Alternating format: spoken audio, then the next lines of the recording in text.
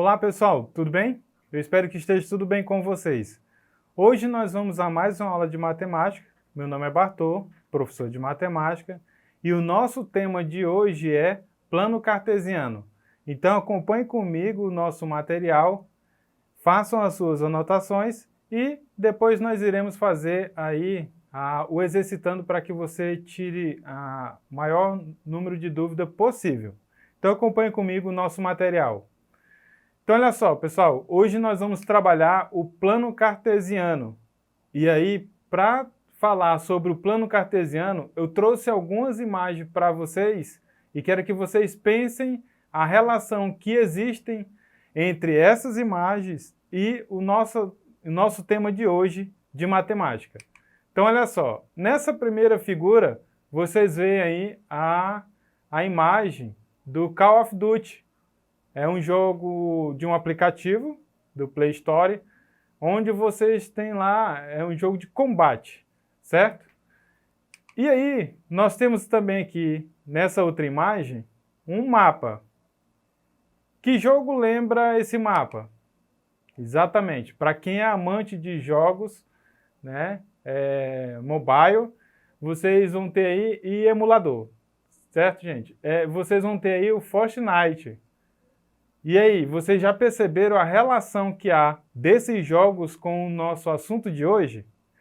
Trouxe mais um joguinho para vocês. Nós temos a imagem aí do Free Fire. E aí, o que vocês acham? Que relação existe entre esses jogos e a nossa temática?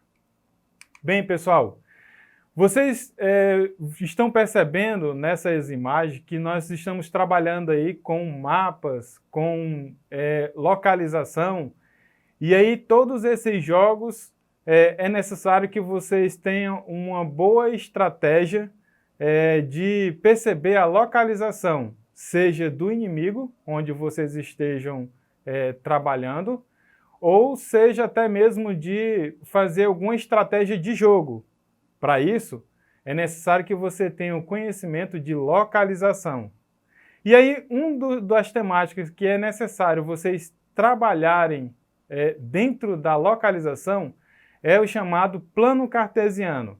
E aí ele vai dar indicações, endereços, onde você pode utilizar a matemática no seu dia a dia, como vocês estão percebendo nos jogos que eu trouxe aí para vocês. Pessoal, olha só, Henri Poincaré diz a seguinte frase: para um sujeito imóvel não existe nem espaço e nem geometria. O que vocês acham disso? Então, olha só, a competência espacial é a capacidade do indivíduo de transformar os objetos em seu meio e orientar-se em meio a um mundo de objetos no espaço, assim como é trabalhado lá nesses jogos de mobile e emulador. Vocês vão perceber que é necessário ter essa percepção espacial de onde tem maior quantidade de loot, onde vocês terão maior desafio em batalhas contra os seus inimigos, e vocês sabem muito bem que a melhor estratégia é aquela que vence, mas para isso é necessário que vocês caiam ou até mesmo vocês escolham uma localização para que haja uma sobrevivência, um percentual de sobrevivência maior. Tudo bem? Então, olha só, a percepção do espaço avança em uma direção marcada por 3 etapas: a do vivido, a do percebido e a do concebido. E o espaço vivido, ele vai se referir ao espaço físico, vivenciado através dos movimentos e do deslocamento e construído pela criança por meio de brincadeiras e atividades permitindo percorrer, delimitar e organizar esse espaço, conforme vocês verem aí nesses jogos que eu trouxe a vocês. Nós temos também o espaço percebido, é aquele que não precisa mais ser experimentado fisicamente, para que a criança possa lembrar dele. E o último é o espaço concebido, surge quando existe a capacidade de estabelecer relações espaciais entre o elemento somente entre suas representações, como as figuras geométricas, os mapas, as plantas e os diagramas. E aí vocês vão perceber esses três conceitos dentro do plano cartesiano, quando você constrói, quando você percebe, quando você o utiliza no seu dia a dia. Para isso, pessoal, um grande matemático que conceituou e instrumentalizou esse conceito de plano cartesiano foi o matemático René Descartes. Ele foi considerado um gênio da matemática, relacionando a álgebra com a geometria, e o resultado desse estudo foi criado o plano cartesiano. Essa fusão resultou da geometria analítica, que vocês irão estudar lá na terceira série do ensino médio. Então, olha só, ele defendia que a matemática dispunha de conhecimentos técnicos para a evolução de qualquer área de conhecimento, o sistema de coordenadas cartesianas, pois comumente conhecido como plano cartesiano. Consiste em dois eixos perpendiculares numerados, ou não, denominados abscissas e ordenada, que têm característica de representar os pontos no espaço. E aí Descartes utilizou o plano cartesiano no intuito de representar planos, retas, curva e círculo, através de equações matemáticas, além do cálculo e da geometria analítica, certo? Então, olha só, o plano cartesiano nada mais é do que essas coordenadas constituídas por duas retas concorrentes, que nós nomenclaturamos de x e y, e elas são perpendiculares entre si. Ou seja, ela vai ter ponto de origem, que é o ponto zero, que vocês estão vendo aí na imagem. Então, observe na imagem que nós temos aí uma reta do eixo das abscissas, que ela é representada pela incógnita x. E nós temos também o eixo das ordenadas, que ela é representada pela letra y, certo? E aí vocês vão perceber que essas duas retas, elas trabalham dentro do conjunto dos números reais. Ou seja, ela vai estar empregada aí todos os conjuntos numéricos, seja os números positivo, negativo e inclusive o zero. Então, olha só, o plano cartesiano, ele é um plano que contém esse sistema. A reta horizontal é chamada o eixo das abscissas, ou eixo x, como eu falei anteriormente. A reta vertical ela é chamada de y, ou ordenada. E o ponto de cruzamento das duas retas é chamado de origem, que é o ponto zero para as duas retas. Em intervalos iguais, elas vão sempre aparecer esses intervalos iguais, e cada eixo é numerado a partir da origem, ou seja, a partir do zero. Todo par ordenado ele vai ter essa nomenclatura de x, y dos números reais. E aí, vale ressaltar aqui, gente, esse par ordenado ele deve sempre ser utilizado nessa ordem, certo? X e depois o y. O x é o primeiro elemento do par ordenado, o y é o segundo. E aí eles podem ser representados no plano cartesiano e aí corresponde a um ponto P lá no plano cartesiano. E aí é onde nós vamos perceber agora no exemplo como utilizar esse plano cartesiano. Então vocês estão vendo aí no exemplo um P e aí ele tem um endereço de 3 e 2. Então nesse caso nós temos o valor de x, que será, acompanha aí na imagem, ele vai partir ali do ponto 3 positivo no eixo das abscissas e ele vai subir o plano. Ele vai encontrar o valor 2 em y, no eixo das ordenadas. Então, nós vamos encontrar aí o ponto P, conforme vocês estão vendo aí na sua telinha. Então, pessoal, nós vamos ao nosso primeiro exercitando. Então, ele diz assim, escreva as coordenadas dos pontos localizados no plano cartesiano abaixo.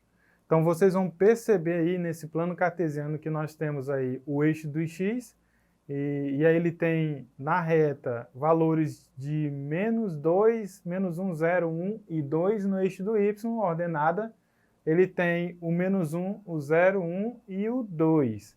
Além disso, vocês estão percebendo nesse plano cartesiano que existem alguns pontos representados pela letra do nosso alfabeto.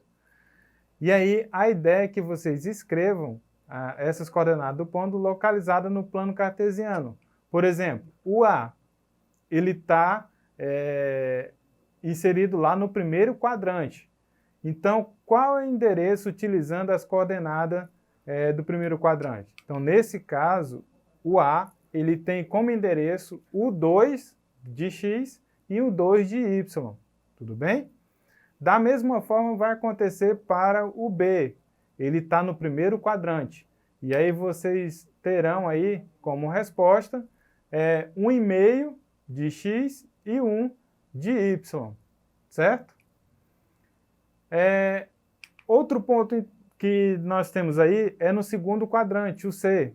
E aí nós vamos ter ele representado pelo menos 1 em x e o 2 em y. O D vai estar no terceiro quadrante e tem como localização o menos 2 e o menos 1 de x e y. Da mesma forma vai acontecer para a letra E. Ela terá como localização o 0,75, menos 0,75 e menos 0,75, certo? Da mesma forma acontece para o F. E aí ele tem como localização no par ordenado menos 1,75 e em Y menos 1,25. Então essas são as localizações desses pontos que estão aí representados no nosso plano cartesiano. Tudo bem até aqui? Agora nós vamos a mais um exercitando e aí ele vai se remeter à contextualização que foi inicial da nossa aula de hoje. Então o exercitando diz o seguinte: no Free Fire, conforme o mapa abaixo, a área azul indica uma maior concentração de loot, ou seja, onde terá maior armamento e munições para que você as use no combate aí, no jogo virtual. Então, nesse caso, indica a localização da concentração de loot.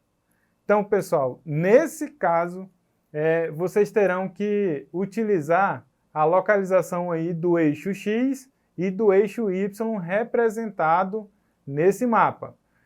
E aí, pelo conceito de plano cartesiano, eu havia falado anteriormente que nem sempre ela vem numerada. Ela pode aparecer outra simbologia, mas que isso não vai impedir de a gente utilizar a localização. Então, nesse caso, vocês vão perceber que ela tem aí a nomenclatura na horizontal, o nosso alfabeto, e no eixo vertical nós vamos ter valores numéricos, no nosso algoritmo numérico, certo? Então, sabendo disso, nós vamos utilizar aquele conceito do plano cartesiano, onde nós temos lá o ponto do par ordenado, e aí ele vai trabalhar o eixo X e o eixo Y. Então, nesse caso, o nosso eixo X da questão, onde tem a maior concentração de loot, está lá naquele ponto em Y. Então, perceba a coluna do Y, que vai estar lá a maior concentração de loot na área azul. Da mesma forma, vai acontecer para que você localize a numeração vertical, o eixo do X, que está representado lá no plano cartesiano. Então, nesse caso, você vai observar que ela está na linha 6. Então, nesse caso, nós já temos a nossa resposta para essa questão. Então, a localização indicada para a concentração de loot, na verdade, é a alternativa D, é o I6. Tudo bem? Bem, pessoal, vocês perceberam quão grande a importância de saber utilizar as estratégias da matemática e aplicar no nosso dia a dia. Por exemplo, o nosso caso de hoje foi trabalhar o plano cartesiano. E aí vocês perceberam que, para se localizar, é necessário que vocês saibam a localização dos valores de um ponto ou até mesmo no dia a dia quando você está trabalhando na rua, por exemplo. Então, vocês terão lá que se localizar. Então, para isso, vocês vão utilizar aquelas estratégias que são mais favoráveis para que você transcreva da língua materna para a linguagem matemática. Tudo bem? Pessoal, nossa aula de hoje fica por aqui. Eu peço a vocês que recorram à plataforma Eduque, reveja essa aula e outras aulas e faça as atividades complementares que estão propostas para vocês lá. Uma boa aula e até a próxima!